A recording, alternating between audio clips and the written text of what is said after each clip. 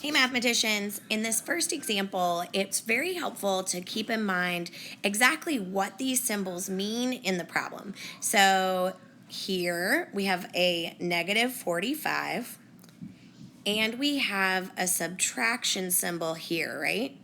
Well, when you were in elementary school, what did subtraction mean? It means take away, right? Your elementary school teacher told you that it meant that you're taking something away. Well, in this case, you're taking away the number that's right behind it. This is also a negative number.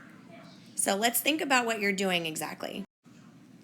You're taking away a negative. So think about a real life example of what that might be. Like say you've got somebody that has a really bad attitude. They would be a negative person, right?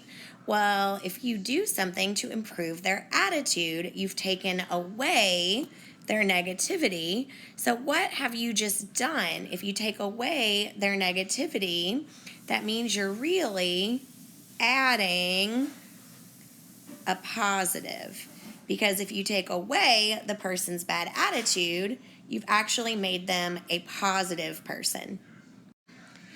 So in other words, when you're subtracting a negative number, when you're taking away a negative, what you're really doing is adding a positive. So I'm going to rewrite this problem in order to represent that. So that minus a minus is now going to become a plus.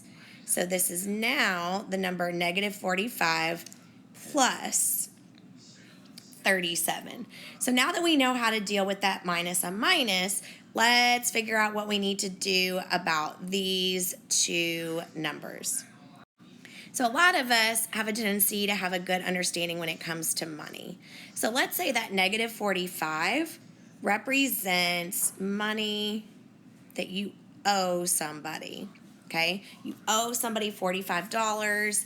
That's why it's a negative. And let's say that your bestie just happens to give you $37. So that would be a positive 37 because it was given to you.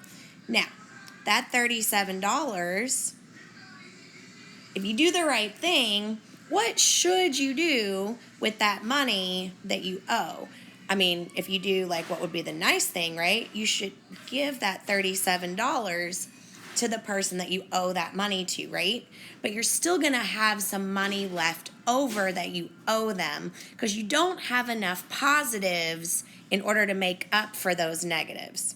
So when you're adding two numbers that don't have the same sign, the first thing you need to do is find the difference.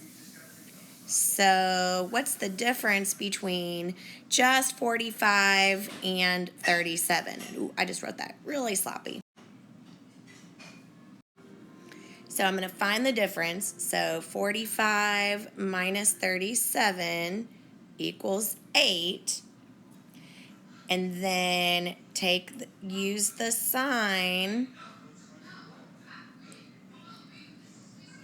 of the one you have more of.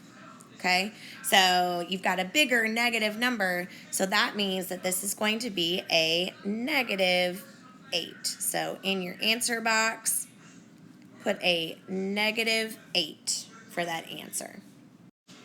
I know that first one was a little bit of a challenge. I think this one will be a little bit easier. So remember that the parentheses, when they're just sitting next to each other, this is another way to write multiplication.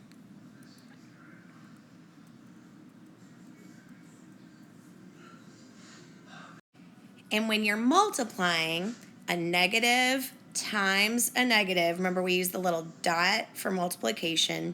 Now that we're in big kid math, a negative times a negative gives you a positive. A negative times a positive gives you a negative. And if you do a positive times a negative, that also gives you a negative.